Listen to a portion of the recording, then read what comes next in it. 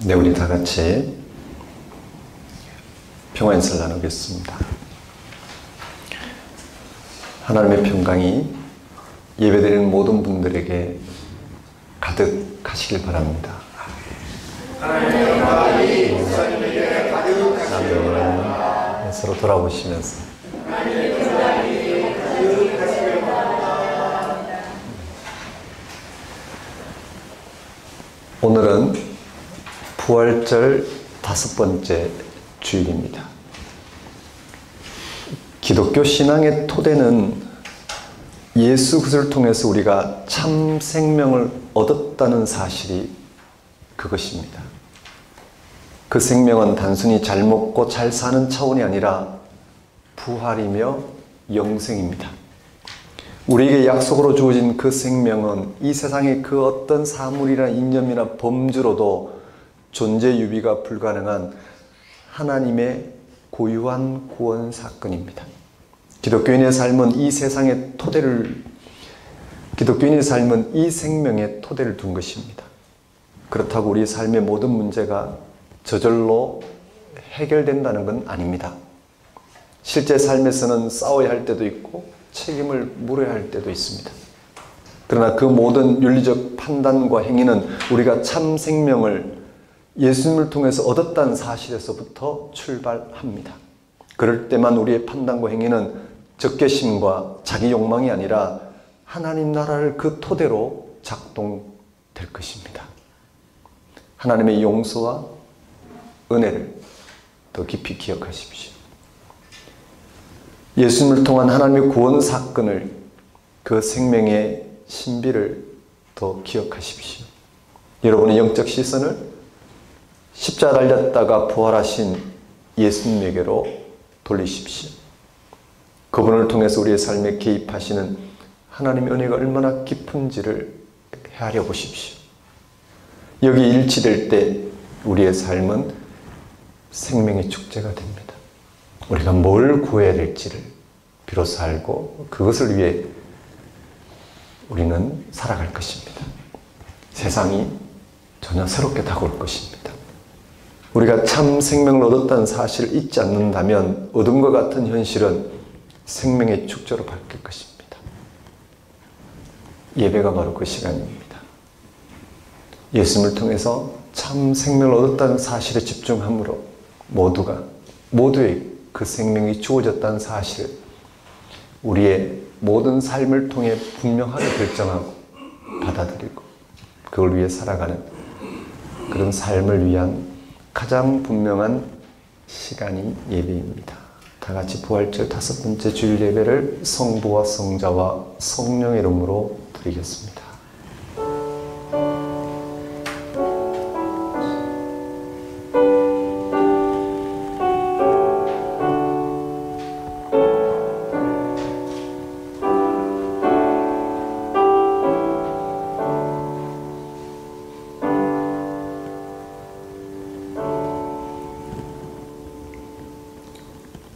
사랑하는 자들아, 우리가 서로 사랑하자. 사랑은 하나님께 속한 것이니 사랑하는 자마다 하나님부터 나서 하나님을 알고 사랑하지 아니하는 자는 하나님을 알지 못하나니 이는 하나님은 사랑이시니라. 하나님의 사랑이 우리에게 이렇게 나타난 바 되었으니 하나님이 자기의 독생자를 세상에 보내심은 그로 말미암아 우리를 살리려 하심이라. 사랑은 여기 있으니 우리가 하나님을 사랑한 것이 아니요 하나님이 우리를 사랑하사 우리 죄를 속하기 위하여 화목제물로 그 아들을 보내셨습니다. 사랑하는 자들아, 하나님이 같이 우리를 사랑하셨은즉 우리도 서로 사랑하는 것이 마땅하도다. 어느 때나 하나님을 본 사람이 없으되 만일 우리가 서로 사랑하면 하나님이 우리 안에 거하시고 그 사랑이 우리 안에 온전히 이루어지니라. 독생자를 아낌없이 세상에 보내신 하나님, 당신의 사랑만이 생명의 토대이며 당신의 행위만이 창조의 능력이고 당신의 말씀만이 부활의 희망입니다. 독생자 예수를 통하여 인류의 죄를 대신 짊어지고 십자가 죽음과 부활하심으로 우리에게 생명을 얻게 하신 하나님의 크신 사랑을 이 시간 찬양합니다. 생명의 능력이시요 사랑의 실제이신 하나님 아버지, 예수님 안에서 예수님을 통해서 참 생명을 얻게 하신 하나님의 사랑에 참여하게 하시고 비로소 세상 가운데서 사랑할 수 있는 능력을 허락하신 하나님의 크신 은혜를 이 시간 고백합니다. 세상을 창조하고 사랑으로, 오직 사랑으로 통치하신 하나님, 우리에게 생명과 빛을 주시기 위해 당신의 독생자를 보내신 그 사랑보다 더 큰 사랑을 우리가 어디서 찾을 수 있겠습니까? 예수님의 운명에 자신의 운명을 맡기는 것으로 생명을 얻는 삶을 살아가게 하시고, 그래서 자기 집착, 자기 운명에서 벗어나 그 사랑의 능력에 참여하여 생명을 살리고 나누는 이 한 가지 일에 우리의 삶의 의미를 두게 하신 하나님 아버지를 이 시간 경배합니다. 하나님 아버지, 이 시간 오직 하나님 한 분만을 찬양하며 하나님에 관한 소망을 두고자 나온 우리의 예배를 받아주소서. 부활 절기에 전적으로 하나님을 신뢰하고 순종한 결과 십자가 죽음을 당하신 예수님을 결국 부활 생명으로 승리하게 하신 하나님 은혜를 맛보게 하시고 삶이 생명의 축제인 것을 깨닫게 하소서. 이 나라의 교회가 하나님의 다스리심을 인정하고 통치를 고백하며 하나님만을 의지하게 하소서. 예수님의 이름으로 기도드립니다. 다 같이 경배의 찬송 16장 찬양 드리겠습니다.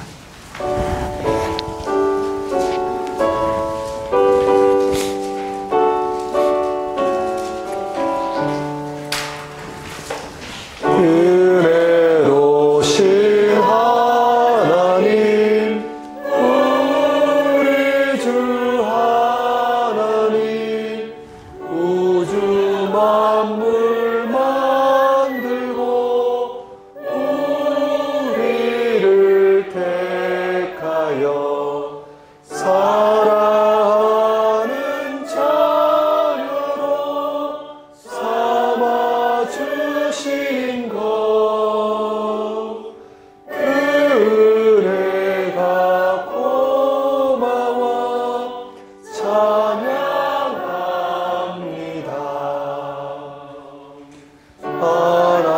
하나님의 독생자 우리 주 예수님, 우리들의 모든 죄 다 씻기 위하여 이 세상에 오셔서 십자가 지신 그 큰 사랑, 그 은혜 찬양합니다.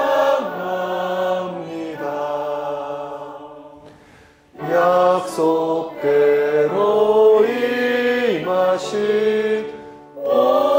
보혜사 성령님, 충만하게 하시어 기쁨을 주시고 구원받은 확신을 주신 사랑에 감사하며 찬송을 드리옵니다.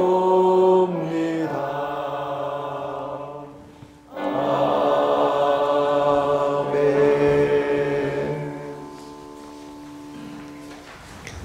다 같이 사도신경으로 신앙 고백하시겠습니다. 나는 전능하신 아버지 하나님, 천지의 창조주를 믿습니다.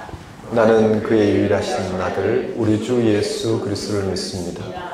그는 성령으로 잉태되어 동정녀 마리아에게서 나시고 본디오 빌라도에게 고난을 받아 십자가에 못 박혀 죽으시고 장사된 지 사흘 만에 죽은 자 가운데 다시 살아나셨으며 하늘에 오르시어 전능하신 아버지 하나님 우편에 앉아 계시다가 거기로부터 살아있는 자와 죽은 자를 심판하러 오십니다. 나는 성령을 믿으며 거룩한 공교회와 성도의 교제와 죄를 용서받는 것과 몸의 부활과 영생을 믿습니다. 이 시간은 참회의 시간입니다.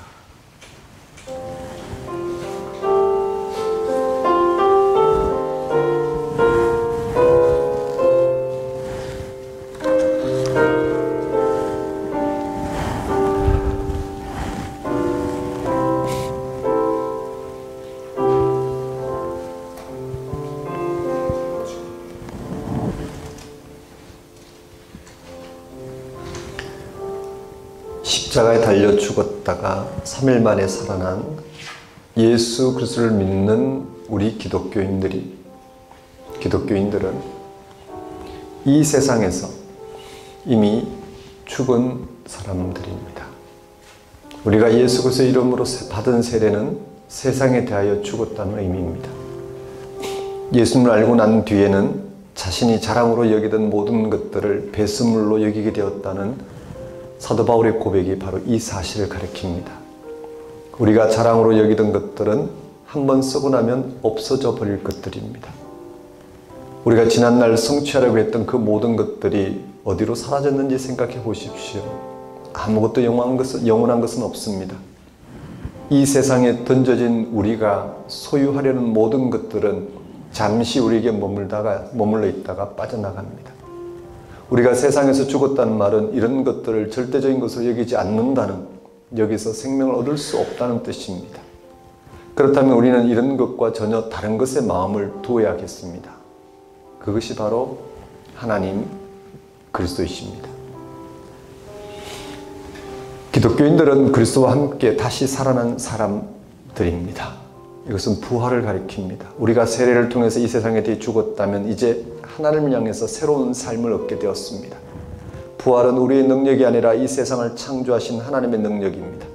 십자가에 처형당한 예수님을 죽은 자들 가운데서 3일 만에 다시 살리신 하나님이 세상에서 이미 죽은 우리를 예수 그리스도와 함께 다시 살리셨습니다.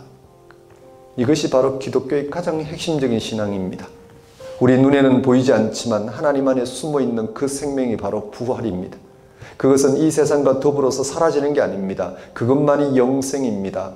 그리스도와 함께 살아난 우리의 생명은 지금 하나님 안에 은폐되어 있습니다. 오늘 우리의 부활 생명은 숨어있기 때문에 영적 각성과 인내심이 필요합니다. 그러나 부활 생명이 영원히 숨어 있지는 않습니다. 마지막 때 우리는 예수 그리스도와 함께 영광으로 나타납니다. 마치 마른 나뭇가지에서 어느 순간에 화사한 꽃이 피어나듯이 우리는 예수 그리스도와 함께 그리스도처럼 궁극적인 생명을 얻게 될 것입니다. 그 순간을 상상해 보십시오. 여러분은 하나님의 영광에 참여하게 됩니다. 여러분은 생명의 꽃으로 피어납니다. 지금 우리의 생명과는 질적으로 다른 생명 안으로 들어가게 됩니다. 그럴 때 비로소 우리는 참된 우리가 됩니다. 그때가 되어야 우리는 우리가 누구인지 확실하게 알게 됩니다. 오해는 마십시오. 부활신앙은 지금 이 세상의 일은 아무런 의미가 없으니까 포기하고 신앙적인 것만 머물라고 신경을 쓰라고 하는 게 아닙니다. 세상과 담을 쌓고 교회 일만 하라는 것이 아닙니다. 다만 이런 것에 자신의 생명을 걸어두어서는 안 된다는 말입니다. 자기의 생명을 어디다 걸어두고 살아야 될지에 대한 말씀입니다. 사랑하는 성도 여러분, 2000년 전에 일어났던 예수님의 부활은 하나님 안에 우리의 생명이 있다는 사실의 확정이자 우리가 그 생명 안으로 들어가는 유일한 길입니다.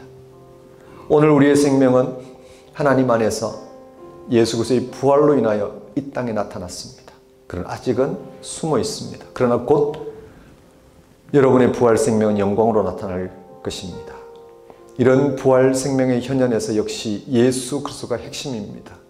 이런 희망을 안고 사는 사람이라고 한다면 그는 당연히 예수 그리스도와 그를 통해 드러난 하나님께 집중할 것입니다. 그가 이루실 부활 세계의 모든 영적 힘을 모을 것입니다. 그런 사람의 삶은 어떤 삶이 될까요? 그런 사람은 세상을 어떻게 바라보고 어떻게 대하고 어떤 방식으로 살아갈까요? 사랑하는 성도 여러분, 한 주간의 삶을 돌아보십시오.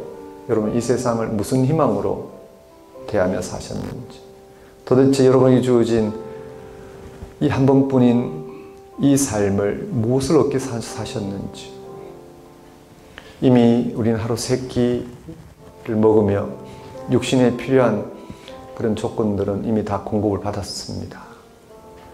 우리가 욕심만 부리지 않는다면 살아가는 데 문제가 없습니다. 그런 여러분의 인생을 무엇을 위해서 소비하고 계신지, 그저 소진시키고 낭비시키는 것인지요, 아니면 정말 선물처럼 주신 이 삶을 하나님 안에서, 선물로 주신 하나님 안에서 참 생명을 알아보고 그 생명의 넉넉함을 드러내면 들을수록 더욱 충만해지는 생명 충만함을 살고자 하셨는지, 이 시간 다시 한번 우리 인생 하나님 안에서 어떤 의미가 있는지를 알아보고 그 하나님께 집중하여 살아갈 수 있도록 회개와 간구를 드리도록 하십시다.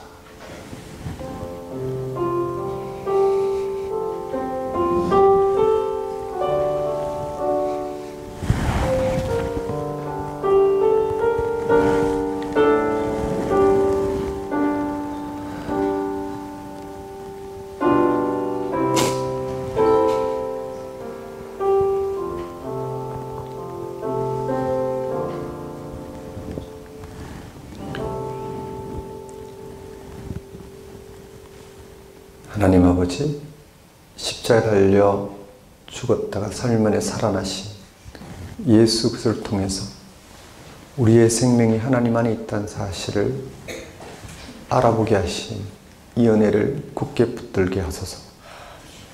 한 번뿐인 이 땅의 삶이 예수를 통해서 하나님이 주시는 생명 충만으로 살아가기도 한순간 같은데, 이 생명을 소진시키며 서로 갈등하고 미워하고 아파하고 그런 식으로 소진하고 낭비하는 삶이 얼마나 고통스러운지 주님 돌아보게 하셔서 거기서 벗어나서 예수를 통한 하나님의 생명에 집중하며 그 생명이 갖고 있는 소망과 그 생명이 갖고 있는 사랑의 능력과 그 생명이 갖고 있는 섬기는 그러한 용기를 우리의 삶의 방식으로 삼고 살아갈 수 있도록 인도해 주옵소서.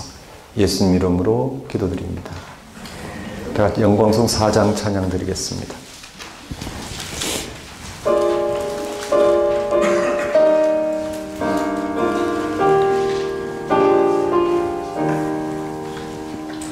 성부 성자와 성령 영원히 영광 받으옵소서. 대처로 지금까지 또 이리 영원 무궁 성삼위께 영광. 아멘. 이 시간은 봉헌 시간입니다. 봉헌 찬송 68장 찬양 드리면서 준비한 예물 하나님께 봉헌하도록 하겠습니다.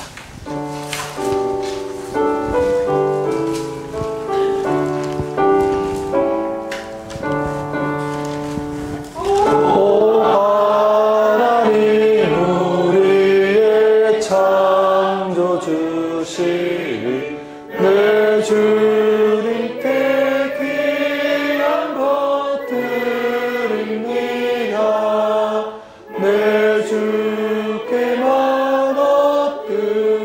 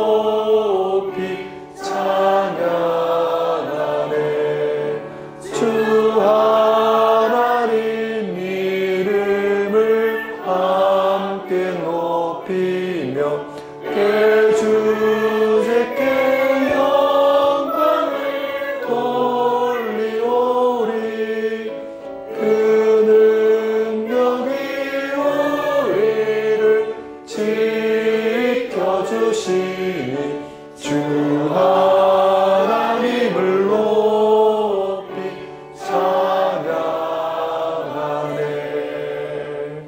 아멘.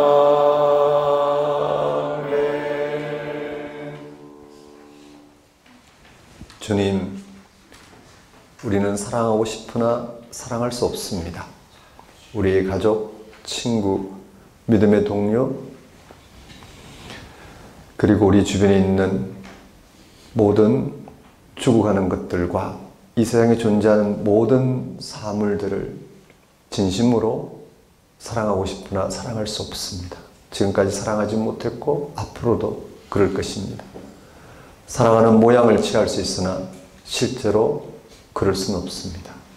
그들이 어떻게 생명을 얻을 수 있는지를 모르는데 어찌 사랑한다고 말할 수 있겠습니까? 생명을 살리는 일에 무능력한 자가 어떻게 감히 사랑 운운할 수 있겠습니까?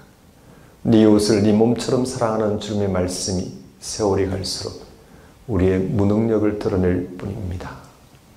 주님, 사랑의 무능에 빠진 우리가 선택할 수 있는 유일한 길이 우리 자신에 대한 관심을 끊임없이 줄여나가 예수님만을 전적으로 의존하는 것임을 알게 하시니 감사합니다. 십자가를 자신의 운명으로 받아들이셨고 죽은 자로부터 궁극적인 생명인 부활체로 변화되신 예수님만이 생명의 능력 곧 사랑의 능력을 행사하시고 우리에게 선물로 주실 수 있는 분이심을 실제로 믿게 하시니 감사합니다.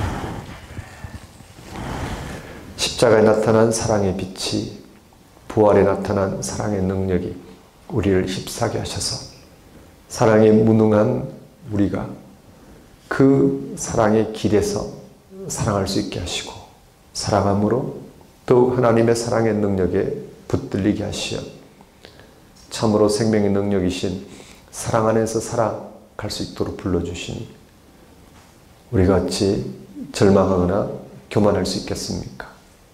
이러한 사랑의 능력을 허락하신 하나님의 은총을 우리의 무엇으로 다 표현하겠습니까? 이러한 하나님의 다스림 가운데 살아가게 하신 하나님의 은혜를 그저 고백할 따름입니다. 우리의 모든 필요를 채우신 하나님께 감사 영광을 돌리는 것은 우리의 마땅히 할 바이며 또한 지극한 기쁨을 알고 하나님 앞에 들고 나온 우리의 예물과 헌신을 받아주소서. 우리로 생명의 주 앞에 그 신비 앞에 그 약속과 미래 앞에 다만 순종하는 삶을 살게 하소서. 예수님 이름으로 기도드립니다.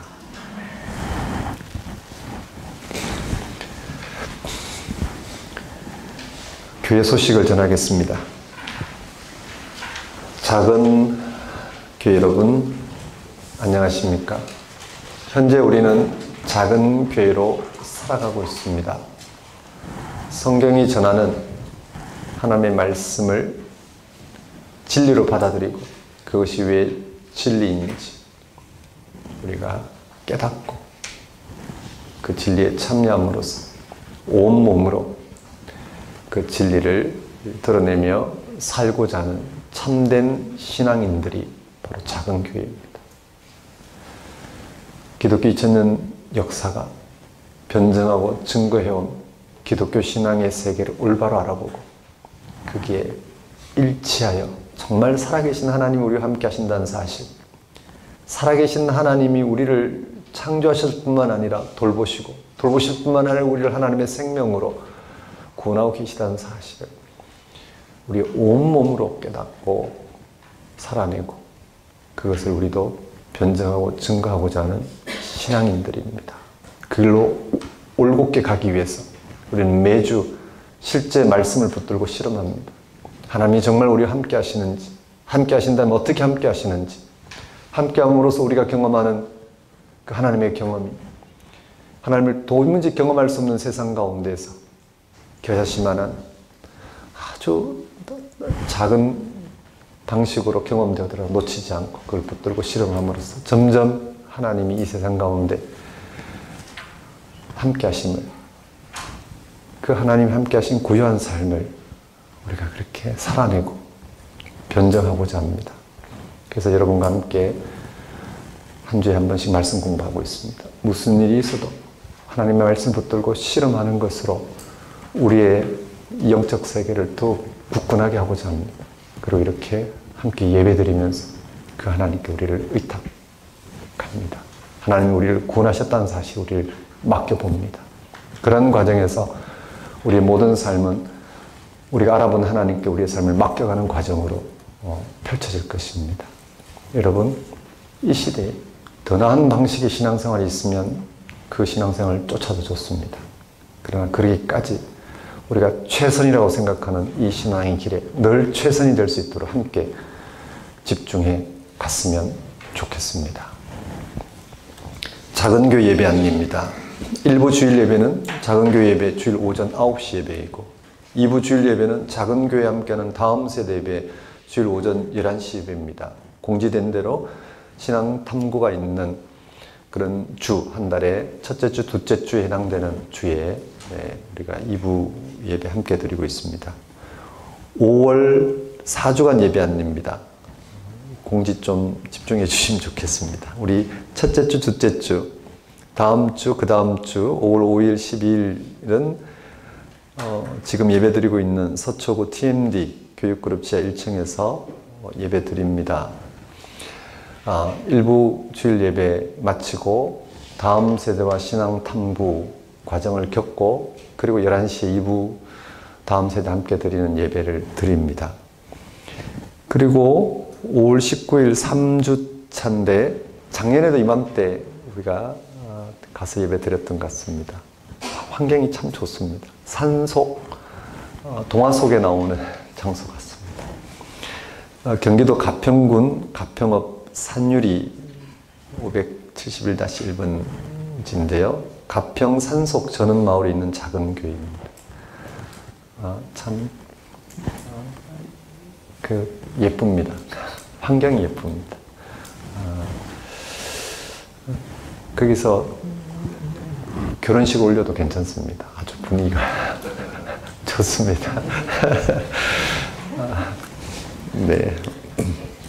그래서 한번 가서 좀 멀지만 그래도 한번 가서 함께 좋은 환경에서 예배 드렸으면 좋겠습니다.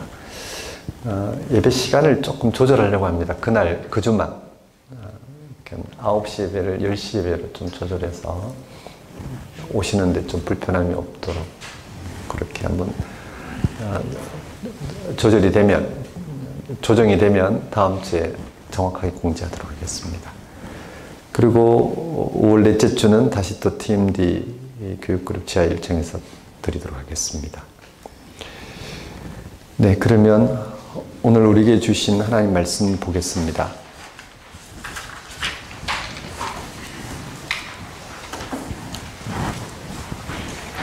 오늘 우리에게 주신 하나님 말씀은 요한일서 5장 1절에서 12절까지 말씀입니다.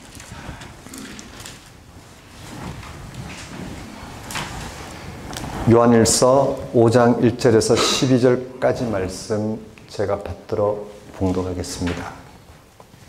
예수께서 그리스도이심을 믿는 자마다 하나님께로부터 난 자니 또한 나으신 이를 사랑하는 자마다 그에게서 난 자를 사랑하느니라. 우리가 하나님을 사랑하고 그의 계명들을 지킬 때 이로써 우리가 하나님의 자녀를 사랑하는 줄을 아느니라. 하나님을 사랑하는 것은 이것이니 우리가 그의 계명들을 지키는 것이라. 그의 계명들은 무거운 것이 아니로다.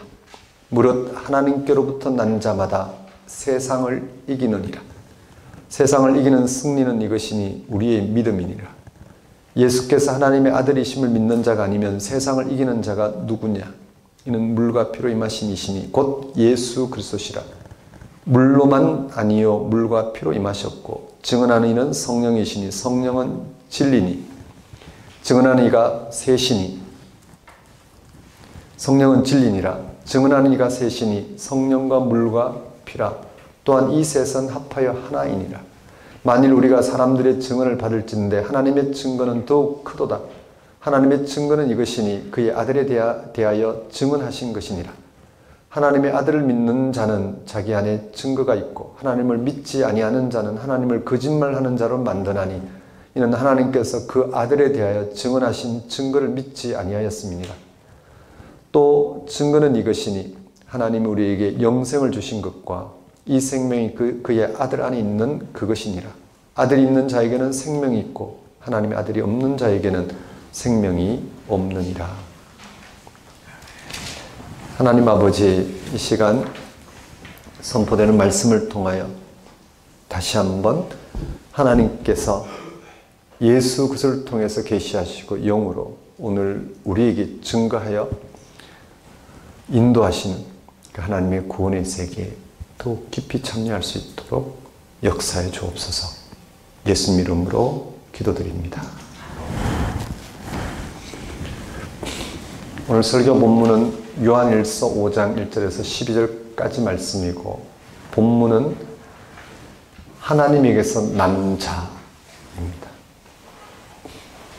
우리가 예수님을 그리스도로 믿는 이유가 무엇일까요? 그것은 우리가 예수를 통하여 구원을 얻기 때문입니다. 이 말은 우리 인간의 실존에 구원이 필요하다는 사실을 전제합니다. 우리의 삶은 죽음을 피할 수가 없습니다. 죽음 이전에도 우리의 삶은 구원과는 거리가 멉니다. 그래서 우리 기독교인들은 예수 그리스도를 믿습니다. 살아있는 동안 최선은 예수 그리스도를 통한 하나님의 구원에 집중하는 것입니다. 왜냐하면 예수를 죽은 자 가운데 살리신 하나님만이 우리를 속절없는 삶에서 건질 수 있는 유일한 분이시기 때문입니다. 하나님의 구원의 깊이에 들어간 만큼 우리의 삶은 한계나 죽음의 허무에 떨어지지 않고 앞으로 나아갈 것이고, 따라서 그 어떤 장애에도 불구하고 생명 충만해질 것입니다. 이런 우리 기독교 신앙에 상당히 거부감을 가지는 사람들이 있습니다. 그들은 자기 인생은 자기가 책임을 지는 거지 구원 같은 것은 필요 없다고 주장하는 사람들입니다. 인간의 주체성과 자주성을 강조하는 사람일수록 이런 주장을 강하게 합니다. 하나님에게서 구원을 바라는 사람들을 나약한 사람들이라고 여깁니다. 현재 기독교인들이 보이는 유아적이고 퇴행적인 행태를 보면 그들이 그렇게 생각하고 주장할 수 있습니다. 그러나 그들의 주장은 자신이 처한 상황을 의식적으로나 무의식적으로 외면하는 것입니다. 그들의 주장은 마치 침몰한 배에 타고 있는 사람들을 향하여 하던 것 그대로 하면서 머물러 있으라 방송하는 것과 같습니다. 또 큰 지진이 발생한 후 쓰나미가 몰려올 것이 뻔한데도 경고 방송을 무시하고 사람들 경치 좋은 해변에 사진을 찍도록 안내하는 관광 안내자와 비슷합니다. 우리 인생은 죽음을 향해 쏜살같이 달려가고 있습니다. 우리가 삶을 세는 시간, 삶을 계산하는 시간을 생각해 보십시오. 세월이 얼마나 빠른지 모르겠습니다. 세월이 갈수록 그 속도는 더 빨라지는 것 같습니다. 어제와 오늘이 작년과 올해가 잘 구분되지 않을 정도입니다. 시간이 흐름이 희미해집니다. 코로나가 언제 있었는지 잘 기억도 안 날 정도입니다. 주변에 우리와 함께 하다가 세상을 떠난 분들도 계십니다. 오래전에 떠난 분이나 최근에 떠난 분이나 그 시간의 차이가 잘 구분되지 않을 정도입니다.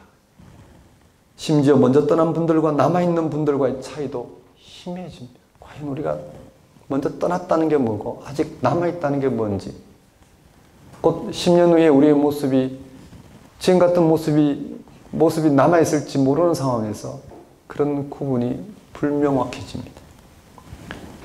그만큼 빠른 세월 앞에 우리의 삶은 한순간과 같다는 것입니다. 인생의 목표를 성취하기에 또 더 나은 삶을 이루기 위해 매진할 때는 실감하지 못합니다. 그러나 손자갈치 흘러가는 시간 앞에 인간의 삶이 구름이나 바람을 잡는 것처럼 속절없다는 사실을 실감하고 나면 그렇습니다. 이렇게 삶이 불확실한 상태에서 어떻게 우리가 하나님의 구원을 바라지 않을 수 있겠습니까? 작은 일상을 한번 생각해 보십시오. 자신이 원하는 대로 세상이 작동되지 않습니다. 생각하지 못했던 일들이 늘 발생합니다. 인간관계도 쉽지 않습니다. 친구나 가족 그리고 교우들과의 관계도 마음먹은 대로 되는 게 아닙니다. 사소한 말 한마디에도 마음이 상하고 오해를 불러일으킵니다. 자기의 마음이 바르지 않을 때도 있고 다른 사람의 마음이 잘못될 때도 있습니다. 그걸 과민하게 느끼는 사람 매 순간 힘들고 무감하게 느끼는 사람 대충 맞춰서 살아갑니다. 남이 어떻든 나는 괜찮은 방식으로 삽니다. 어느 쪽이나 일상의 삶이 불완전한 것은 마찬가지입니다. 거꾸로 모든 인생살이와 사랑관계가 다 잘 되었다고 한번 가정해 보십시오. 세상은 우리에게 그걸 약속하고 그쪽으로 가도록 우리를 강요하고 유혹합니다. 좀만 노력하면 잘 될 거다. 모두가 부러워할 만한 위치에 올랐다고 한번 생각해 보십시오. 그래도 만족은 불가능합니다. 실제로 그렇습니다. 남이 부러워한다는 사실에 만족할 뿐인 것으로는 영혼의 만족은 불가능합니다. 이만하면 내가 잘 살았지 하지만 거기까지입니다. 여전히 불완전합니다. 여기 여인 사람은 하나도 없습니다. 이러한 모든 삶도 결국 죽음 앞에서 속절없이 끝납니다. 그런데도 우리가 하나님의 구원을 바라지 않을 수 있겠습니까? 오늘 설교 보면 5장 5절에서는 다음과 같이 진술합니다. 예수께서 하나님의 아들이심을 믿는 자가 아니면 세상을 이기는 자가 누구냐? 세상을 이기는 유일한 길은 예수가 하나님 아들이심을 믿는 데 있다는 것입니다. 여기서 세상은 앞에서 설명한 구원이 필요한 속절없는 삶을 가리킵니다.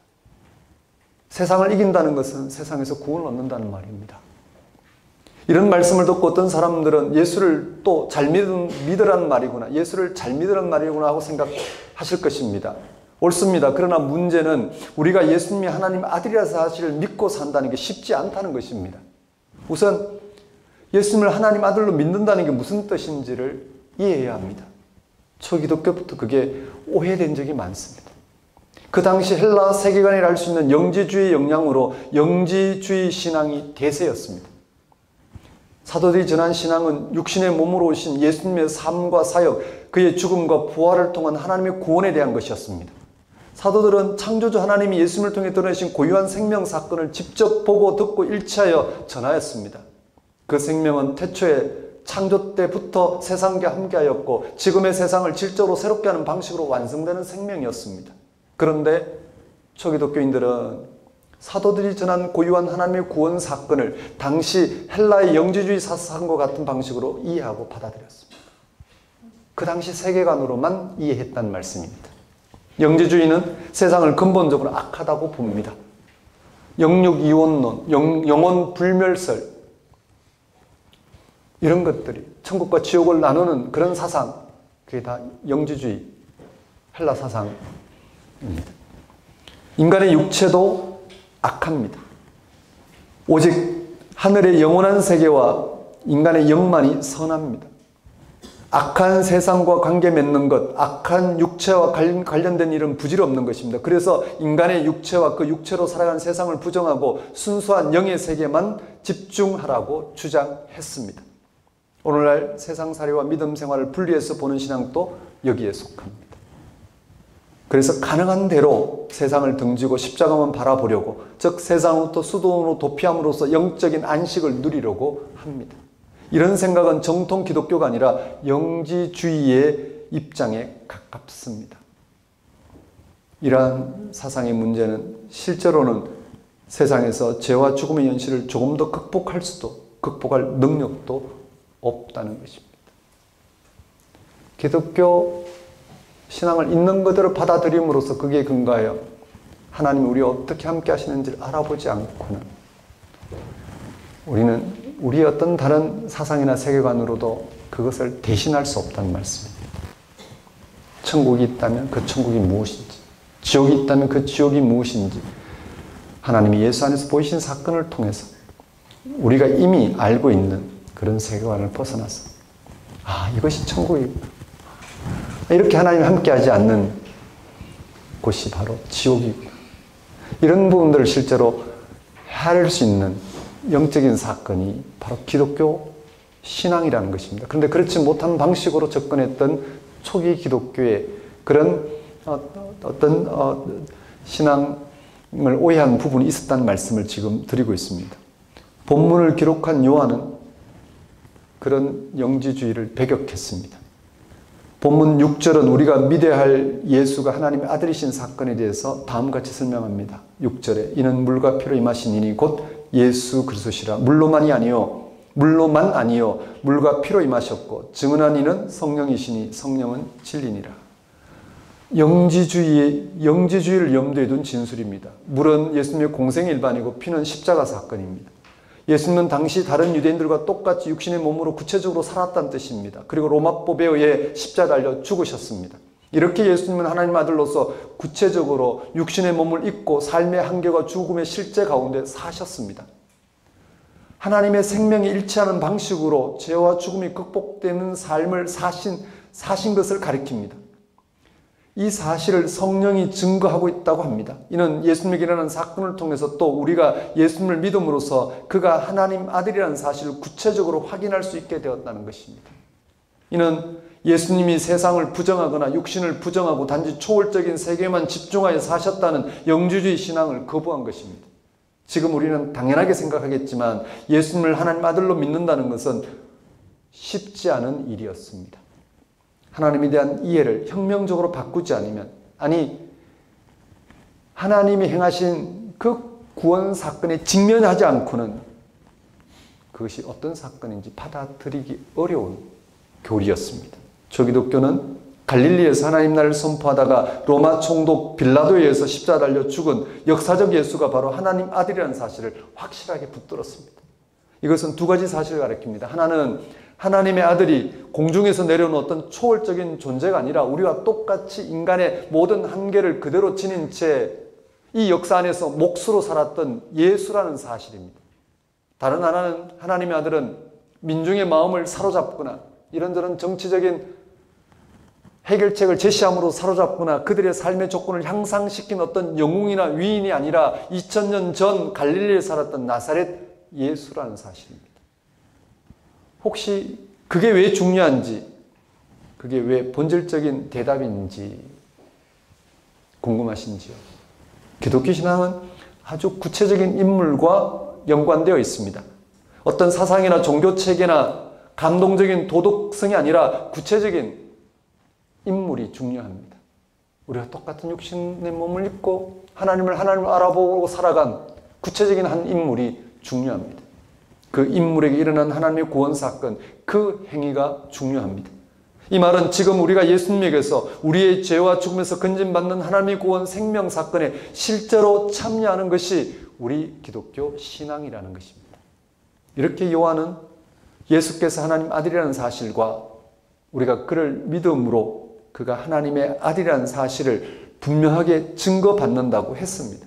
앞에서 살펴본 6절 말씀을 더 자세하게 설명하는 말씀이 7절에서 10절까지 말씀입니다.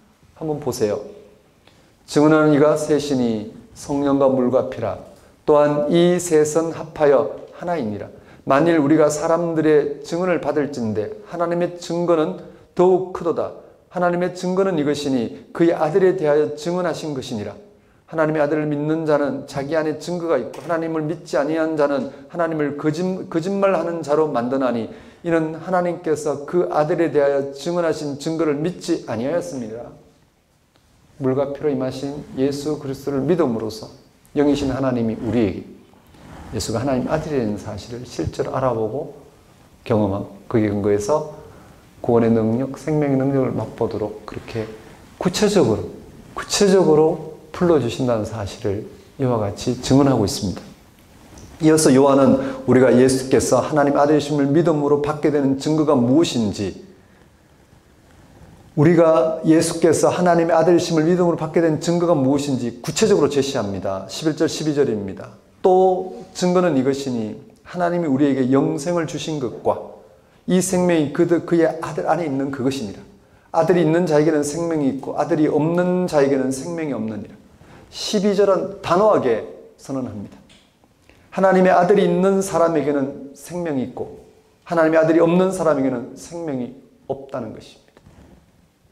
이 말씀에 따르면 우리가 예수께서 하나님 아들이심을 믿는 것이 세상의 유일한 세상을 이기는 길인 이유는 그에게 생명이 있고 하나님이 그를 통하여 우리에게 생명을 주시기 때문입니다.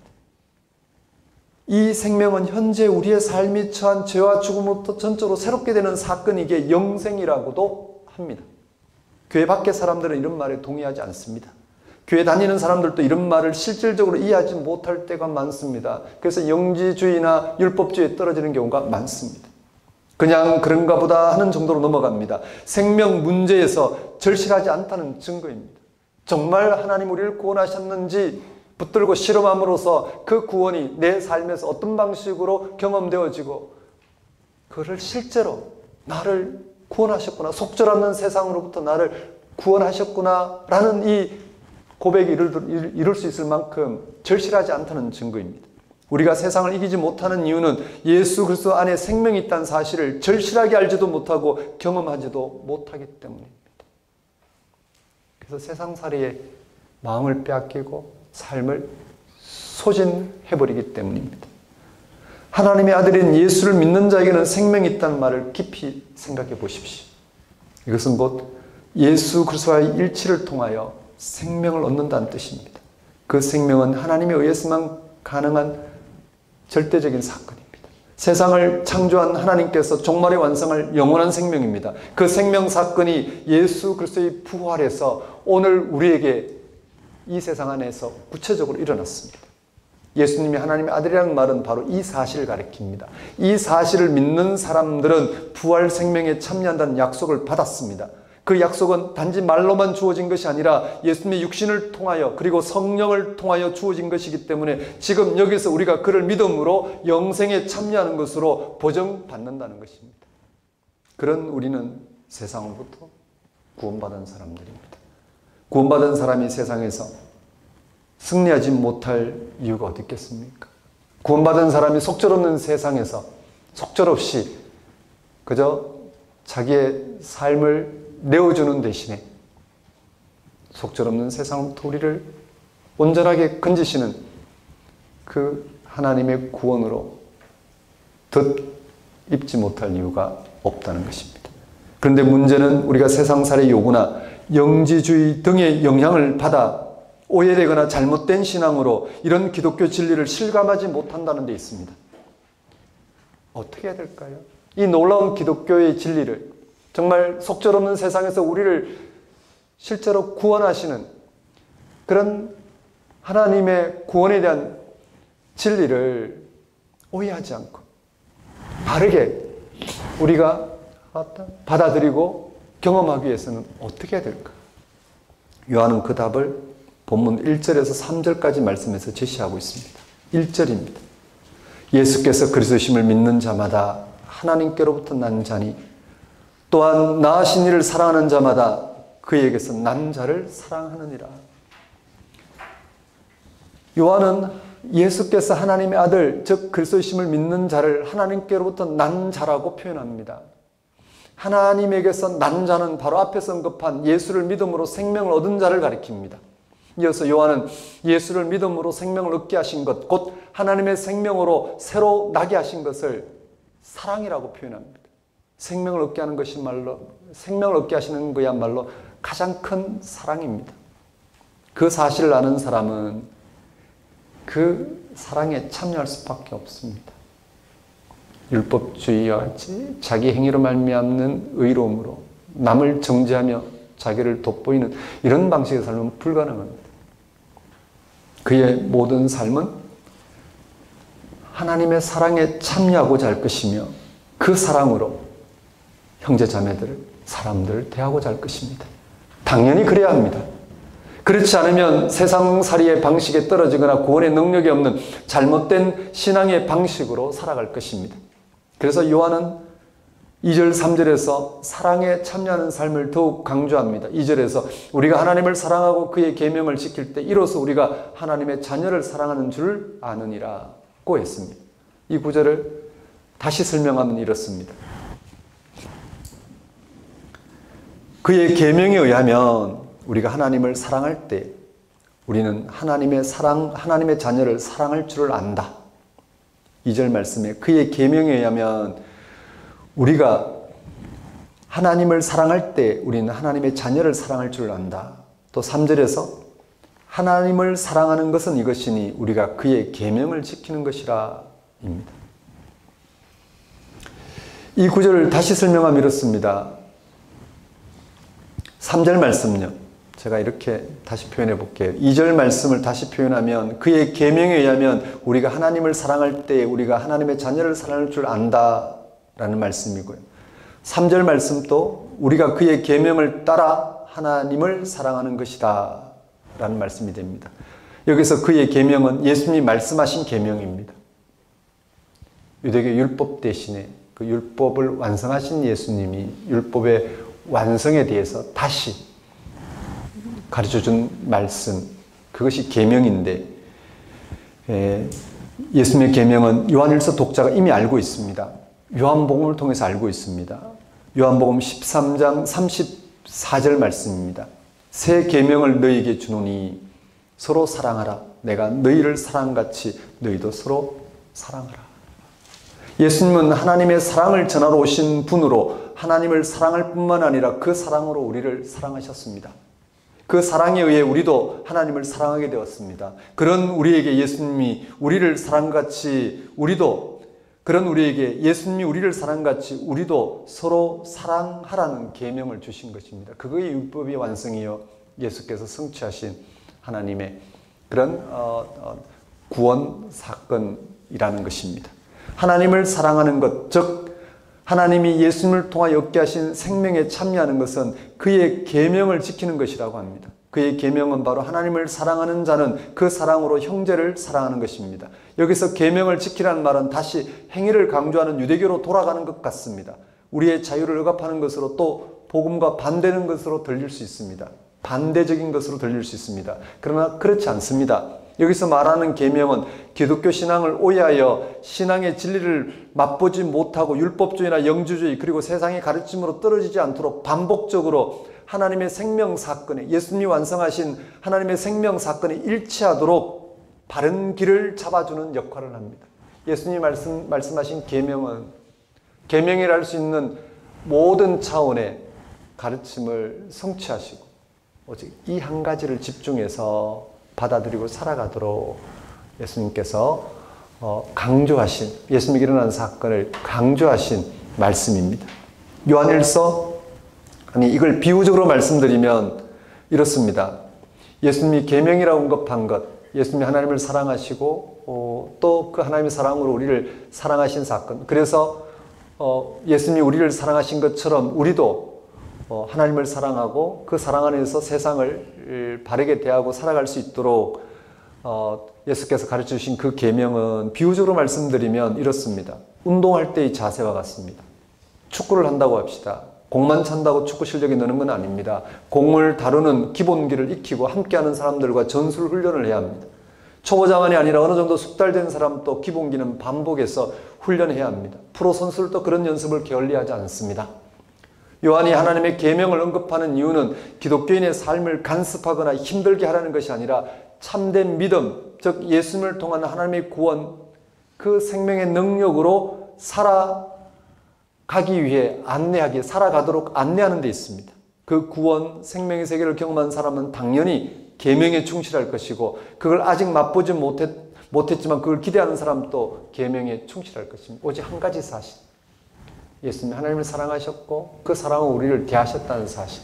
그래서 우리도 하나님을 사랑하고 그 사랑 안에서 세상을 사랑하며 살아가는 것. 이 한 가지가 예수님이 드러내셨고 우리를 구원으로 이루도록 불러주신 사건이라는 것. 거기에 집중할 수 있도록 가르쳐주고 있는 말씀입니다. 요한일서 전체에서 우리가 하나님의 사랑에 참여하도록 주신 계명은 다음과 같습니다. 먼저 앞에서 설명한 예수께서 그리스도이심을 하나님의 아들이심을 믿는 것입니다. 이는 사도들이 증거하고 있는 예수님의 운명과 하나됨으로써 하나님이 선물로 주시는 구원에 참여하겠다는 삶의 태도입니다. 그런 삶의 태도는 한 번의 생각이나 결단으로 완성되는 게 아닙니다.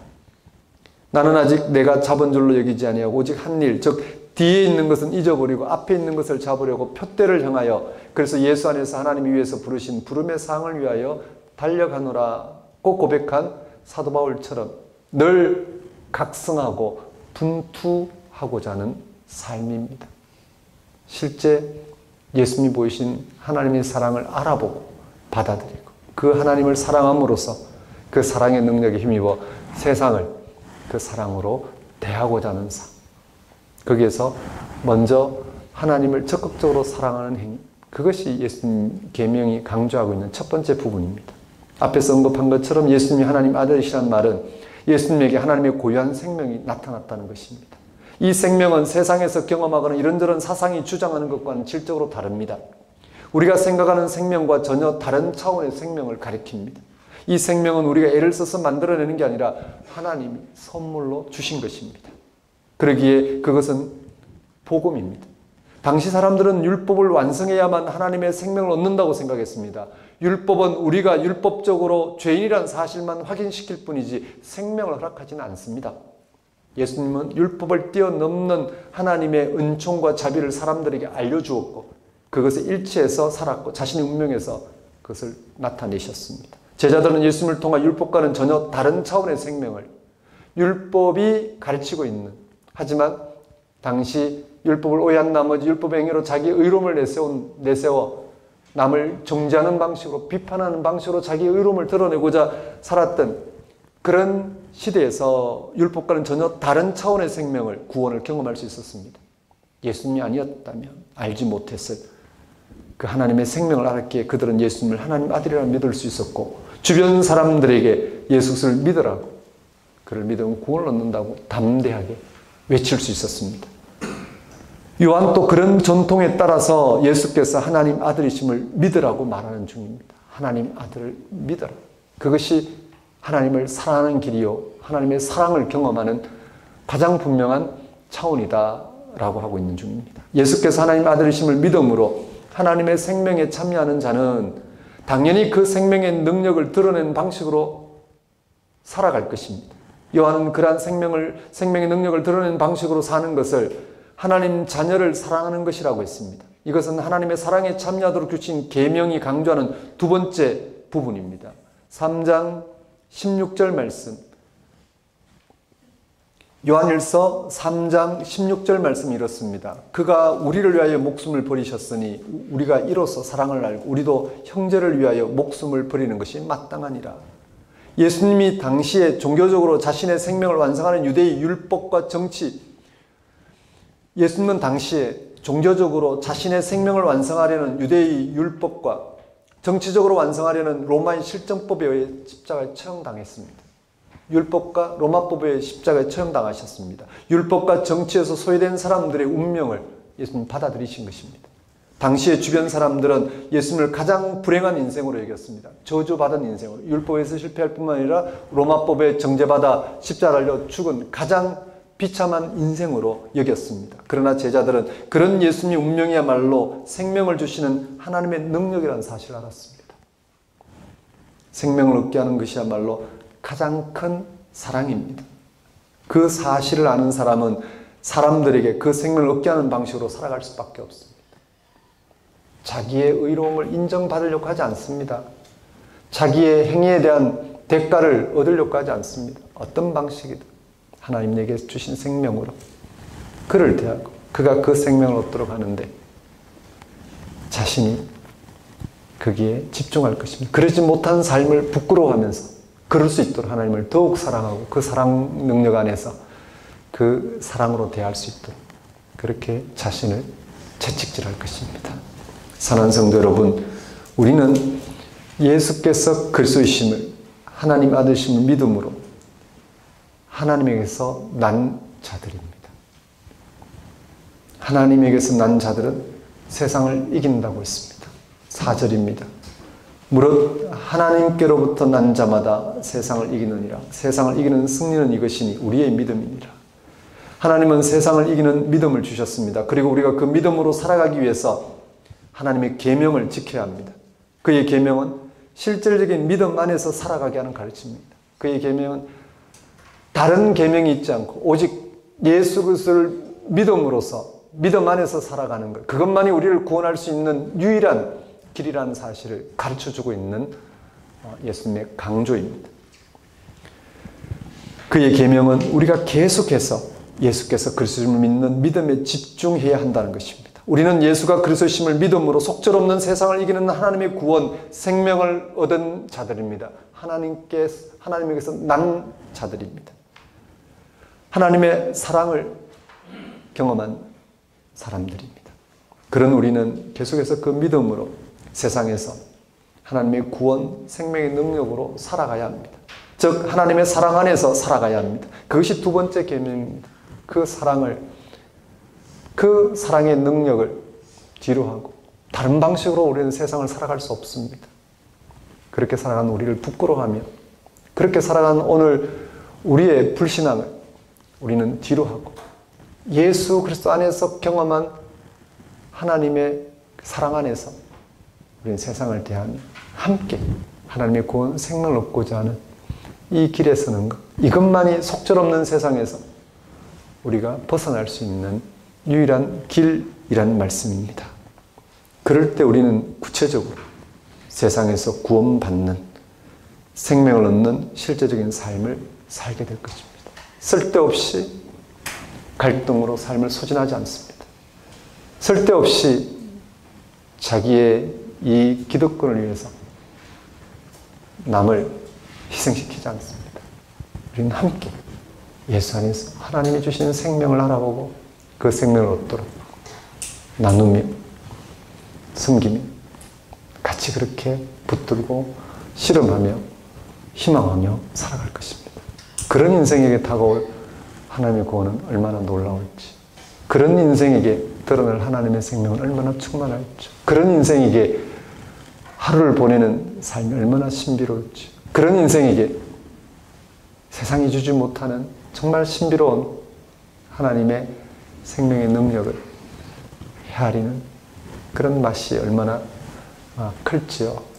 여러분, 그러한 하나님을 사랑하며 사랑 안에서 세상을 대하며 살아가는, 그래서 세상을 이기는, 세상을 속절없는 세상을 이기는 그런 한 주로 살아가시기를 권면드립니다. 기도하겠습니다. 하나님 아버지, 이 시간 선포된 말씀을 통하여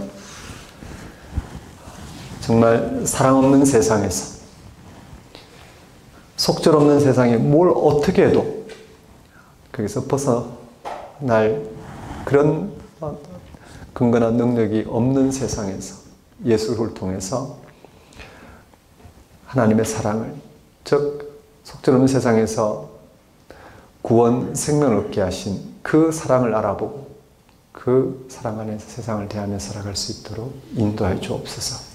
오직 사랑 없는 세상에서 사랑 충만한 삶을 알아보고 그 사랑의 능력으로 세상을 대하며 살아가는 작은 교회가 될 수 있도록 인도하여 주옵소서.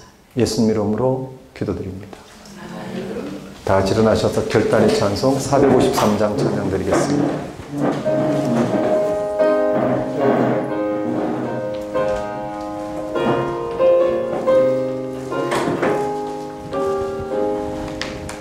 예수도 알기 원하네. 크고 넓은 은혜와 계속해 주신 사랑을 간절히 알기 원하네. 내 평생의 소원, 내 평생의 소원, 사랑을 간절히 알기 원하네. 성령이 스승 되셔서 진리를 가르치시고 거룩한 뜻을 깨달아 예수를 알게 하소서. 내 평생의 소원, 내 평생의 소원,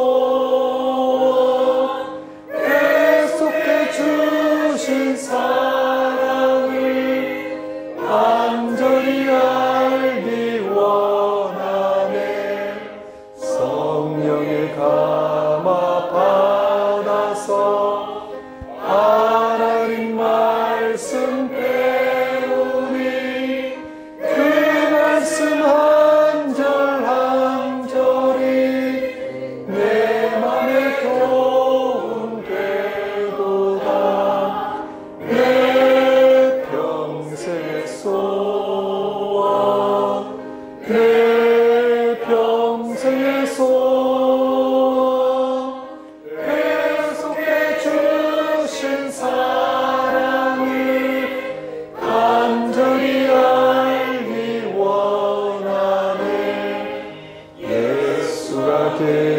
오신 보좌는 영광에 둘려 있도다. 평화의 왕이 오시니 그 나라 왕성하도다. 내 평생의 소원, 내 평생의 소원, 계속해 주신 사랑을 간절히 알기 원하네. 기도하겠습니다. 이제는 우리 주 예수 그리스도의 은혜와 하나님의 무한하신 사랑과 성령님의 교통하심이 우리가 하나님에게서 난 자답게 예수님을 믿음으로 생명을 얻게 하신 하나님의 큰 사랑을 맛보고 그 사랑 안에서 세상을 대하며 살아가고자 결단한 모든 성도와 세상 모든 사람과 만물 위에 영원히 함께 하시기를 축원합니다.